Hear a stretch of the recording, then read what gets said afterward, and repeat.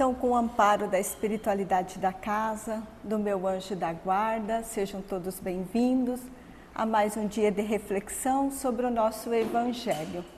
Hoje um dia muito especial, um dia depois de nós termos comemorado o Natal. Espero que realmente o nosso sublime aniversariante, possa ter se feito presente em nossos lares, em nossos corações, que nós realmente possamos ter comemorado esse Natal da forma que ele merece, que é reconhecer o seu Evangelho de amor, os seus ensinamentos.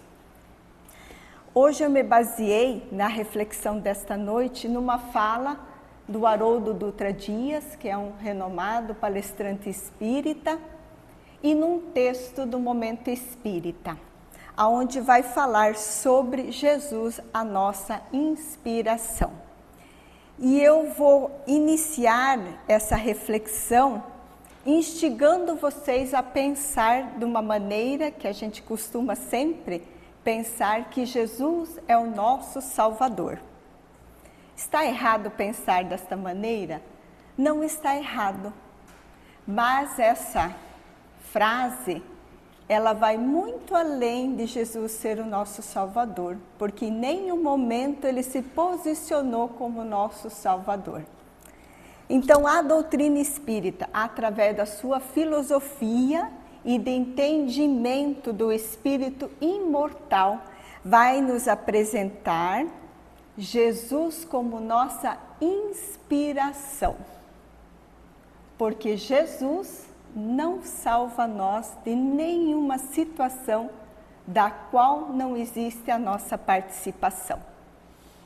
E se nós analisarmos profundamente essa passagem, nós vamos entender que realmente é desta maneira. Jesus traz nós como corresponsável pelas nossas escolhas, porque não é Ele que está o tempo inteiro no nosso lado, fazendo as escolhas, somos nós. Eu é que escolho as situações das quais eu vou passar. Eu tomo decisões.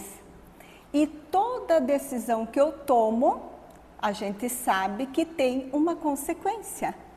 E essa consequência, ela não vai ser diferente daquilo que eu tomei como decisão. Ela é compatível com a situação da qual eu decidi. Então, se eu tomei uma decisão e imediatamente me arrependo daquela decisão, eu vou usar a expressão Jesus me salve. Jesus não tem como vir e salvar nós daquela decisão.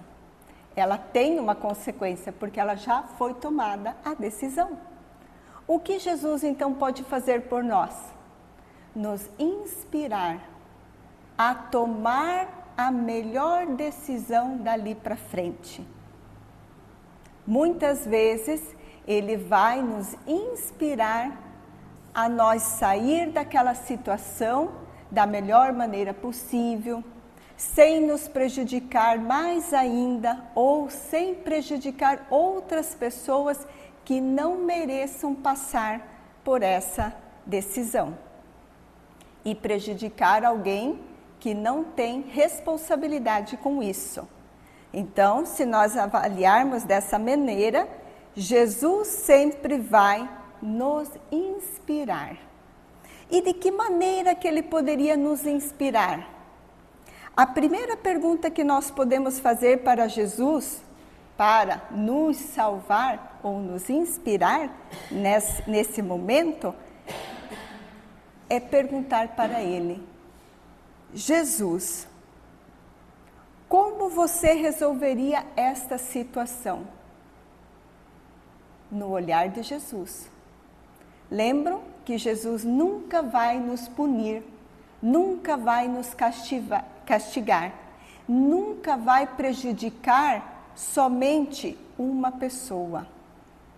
Ele sempre vai escolher a situação que vá melhorar aquela situação para várias pessoas. Se eu escolher uma situação que vai beneficiar somente a mim, eu também estou sendo egoísta. eu não estou seguindo os ensinamentos de Jesus. Porque Jesus sempre tem um olhar carinhoso para todos. Porque Ele é amoroso com todos. Como eu gostaria que Jesus me salvasse, me tirasse daquela situação, a outra pessoa também está pedindo pela mesma situação. Então, como que Jesus vai medir isso? Vai escolher alguém e não escolher o outro. Então, Jesus sempre vai ter aquele olhar carinhoso para com todos. Então, eu vou fazer a minha reflexão bem íntima. Como, Senhor? Como você resolveria essa situação? E Ele vai nos inspirar, provavelmente. Mas nós temos que lembrar que toda escolha precisa ser reparada. Eu já escolhi, não posso voltar atrás, porque se eu pudesse, eu faria diferente. Mas Ele sempre nos dá uma segunda chance, uma nova oportunidade de eu fazer aquele fim diferente. Então, aquela situação teve uma escolha, mas ainda terá um final. E Ele está nas minhas mãos também. Então, dessa maneira, as pessoas que esperam pelo Salvador, que esperam que algo vai acontecer, espero que vai vir Jesus, que vai acontecer, que vai salvar vocês dessa situação, essas pessoas vão continuar esperando. Nesta vida, na outra vida, na próxima vida, e vão continuar esperando. Porque quem faz a nossa caminhada somos nós. Nós somos responsáveis pelas nossas escolhas, pela nossa existência. Ele nos deu a liberdade. Se Ele não tivesse nos dado a liberdade, nós sim poderíamos até falar que Jesus fazia escolhas por nós, mas não. Ele nos deu a liberdade. O que Ele nos fez também foi nos dar um anjo da guarda como inspiração ao nosso lado para nos auxiliar nessa caminhada. Então, muitas vezes, se nós temos uma conexão com o nosso anjo da guarda, ele sempre vai estar nos intuindo da melhor maneira, porque ele também não quer que nós fracassamos, assim como um pai. Não quer que o filho erre, não quer que o filho vá para o mau caminho. Ele sempre quer o caminho do bem para o filho. O nosso anjo da guarda tem o mesmo papel. Ele é como um pai para nós, para nos conduzir nessa caminhada, para que nós realmente acertamos a nossa existência. Entendemos o porquê estamos aqui. Cada um de nós tem um propósito. E por mais que a gente ache que é pequeno, que é insignificante, ele é grandioso se a gente for olhar como caminhada espiritual. Porque nós temos uma caminhada muito longa até chegarmos na perfeição. E só chegaremos na perfeição se nós realmente seguir a nossa caminhada corretamente. Nós não vamos evoluir rapidamente, não. Nós vamos evoluir através de muitas e muitas e muitas existências, porque nós ainda somos muito impregnados com os defeitos da terra. Chegamos aqui e acabamos sendo muito leviano com as coisas do mundo material. Vivemos muitas vezes mais para o mundo material que para o mundo espiritual, sabendo que dessa vida não levamos nada a não ser aquilo que vai na nossa consciência. Nós sabemos que os nossos grandes tesouros são as paixões que a gente leva daqui, são os amores, são as nossas condutas. Mas ainda muitas vezes trabalhamos, desgastamos um tempo imenso, uma grande energia impregnado nas coisas do mundo material. E esquecemos do mundo espiritual. E Jesus, tão desapegado, no final do texto, Eu vou trazer para vocês uma reflexão que foi do Momento Espírita, nessas 2 semanas que antecediam o Natal, que foi magnífica, que mostrou como o nosso mestre veio tão desapegado para nos mostrar que nós daqui não precisamos levar nada mais. Mas vamos lá. Então, se nós somos causa e consequência de nossa vida, se eu ficar esperando, nada vai acontecer. Então, eu preciso agir e ir ao encontro daquilo que eu tenho como objetivo. Eu preciso ir ao encontro. E se nós pensarmos que eu vou ao encontro daquilo que eu quero, Jesus vai dizer: você pode se salvar, você pode se curar, você pode se resgatar. Será mesmo? Se nós analisarmos que Ele não é o Salvador, e sim a nossa inspiração para isso, Ele está certo.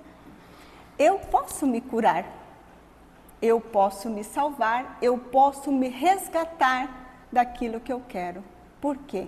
Porque a vontade tem que ser minha. Quando eu tenho vontade, as coisas acontecem. E não é assim com a vida? Se eu quero um emprego, eu não tenho que ir em busca dele? Ou ele vai bater a porta da minha casa? Não.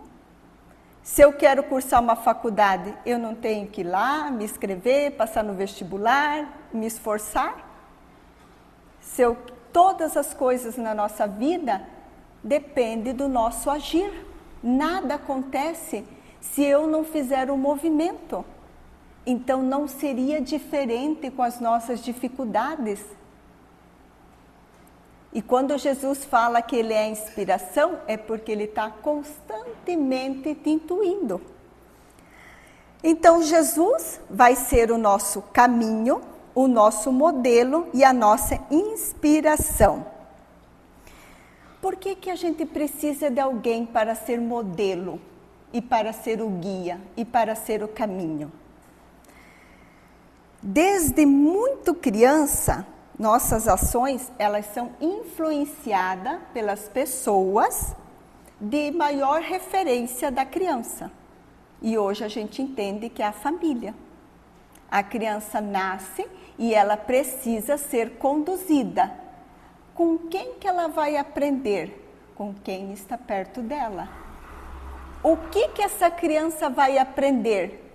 Vai aprender aquilo que ela vivenciar das pessoas que estão dentro do lar dela. Por isso que a gente hoje entende que a família é o primeiro modelo de comportamento que temos à nossa disposição e que é de muita importância para todos nós. Dessa maneira é que vamos entender a pergunta feita pelos espíritos, tá? Que Kardec fez aos espíritos. Qual o tipo mais perfeito que Deus tem oferecido ao homem para lhe servir de modelo e guia? Nós já sabemos que a resposta é Jesus, correto? Mas nós vamos ver a sabedoria da pergunta kardeciana. Por quê? Kardec iniciou com essa pergunta porque ele percebeu o quanto que é indispensável na nossa vida nós termos uma referência. Nós precisamos ter um guia e modelo. E Jesus é inquestionável como modelo e como guia. Como conduta moral, como perfeição. Então, ele é o modelo e guia seguro. O que podemos entender como modelo? Nós já sabemos, o modelo é aquilo que a gente imita. É o modelo. Entender Jesus como modelo é perceber em seus atos, em suas atitudes, como proceder nas situações. Perceber a sua mansidão, a sua humildade, a sua paciência, a sua gratidão, as suas virtudes. Então, esse é o modelo. É um modelo seguro para nós seguir. o que podemos entender como guia? Que a gente sabe que guia é aquele que guia nós pelo caminho, que vai nos conduzir. Entender Jesus como guia é a certeza que vamos usar o caminho da misericórdia, da paciência, da pureza de coração, do amor. Então, nós não temos dúvidas de que Jesus realmente é o nosso modelo e guia seguro. Então, vamos ter Jesus como guia do caminho do amor e como modelo de forma de amar. Então, como guia, ele é o caminho do amor e como modelo, a forma de amar. E nós sabemos que quando nós temos amor no coração, não tem maldade que prevalece. O amor cobre todas as imperfeições que temos quando aprendemos a amar. Então, se nós analisarmos dessa maneira, nós vamos chegar numa outra reflexão que Jesus sempre nos trouxe quando se trata da cura. Jesus, que curou muitos, nunca atribuiu as curas a ele. Quem se cura? Jesus vai dizer: a sua fé te curou. Olha a humildade que ele tinha. Ele nunca falou que foi ele que curou.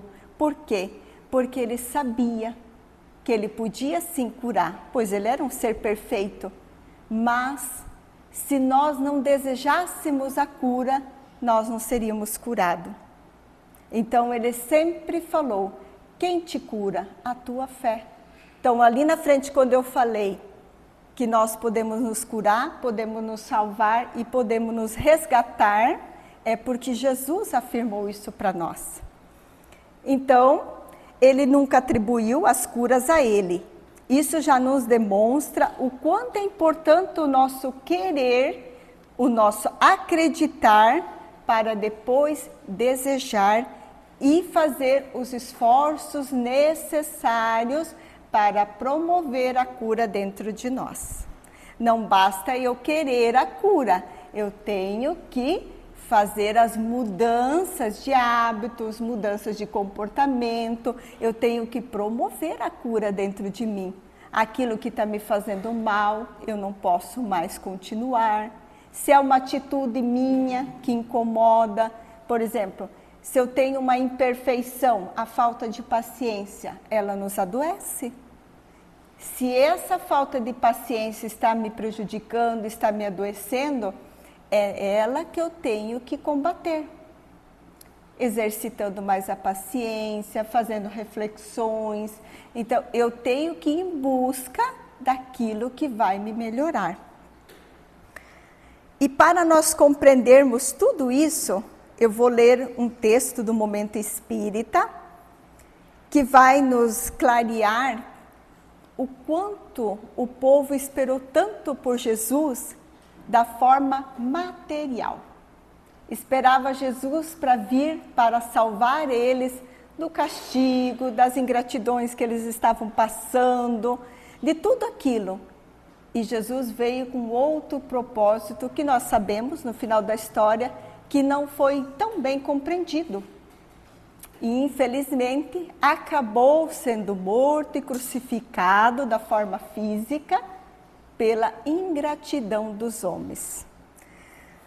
Mas o texto diz assim, ó: desde muito ele era esperado, cantado pelas bocas proféticas de Israel, todo aquele povo o aguardava sua vinda. E nós sabemos, há muito tempo o povo de Israel aguardava o Salvador.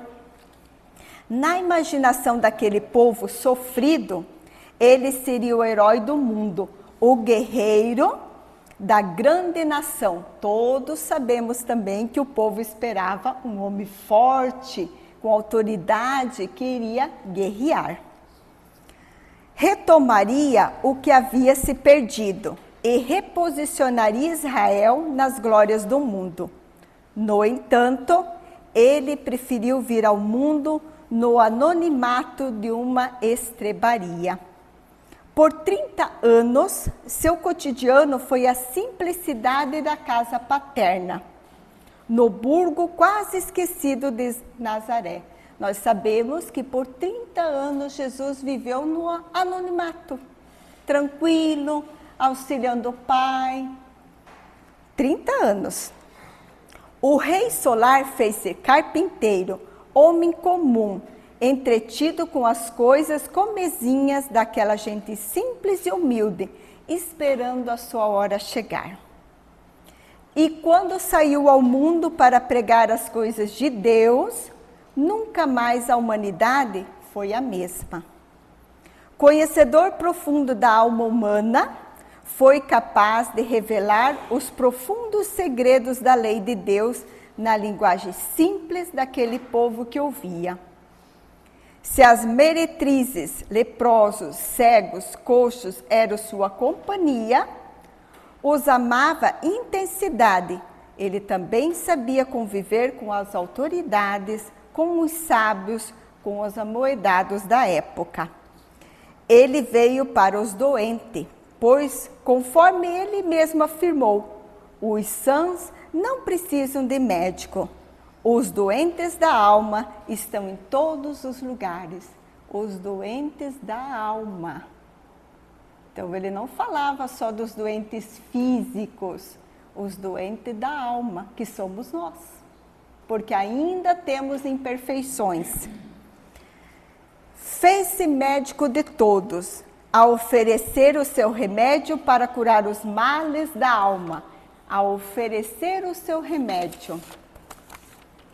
Para tanto, exemplificou e vivenciou a exaustão, o amor ao próximo, o amor a Deus, sobre todas as coisas, como ele bem lembrava, ser o maior mandamento da lei do Pai. Então, qual que era o remédio? O amor. Entendendo as dores da alma, posicionou-se como bom pastor, prometendo cuidar de cada um de nós, as ovelhas do seu rebanho. Vinde a mim, todos vós que se encontrai cansados, aflitos, e eu vos aliviarei. Eis a promessa que todo coração sedento de paz deseja ouvir. Tomai sobre vós o meu fardo que é leve e o meu jugo que é suave. Falava ele da sua proposta de convencer-nos a nos deixar arrastar pelo seu amor. Nunca antes e nem depois dele, alguém vivenciou o amor ao próximo em tão elevada pureza. E amava com tal intensidade que curava leprosos em seu toque, estancava hemorragia com as suas virtudes, e processos obsessivos intensos se desfazia sobre o seu comando. Na sua pureza incomparável, legou-nos a lição mais bela que a humanidade jamais houvera tido, muito embora ainda incompreendidas, quão esquecida muitas vezes por nós. Mas, eis que nesses dias de aflição e angústia, de transição e tumulto pelos quais passa a terra, novamente a voz dele ecoa em nossos corações. Vinde a mim, todos vós que encontrais cansados e aflitos.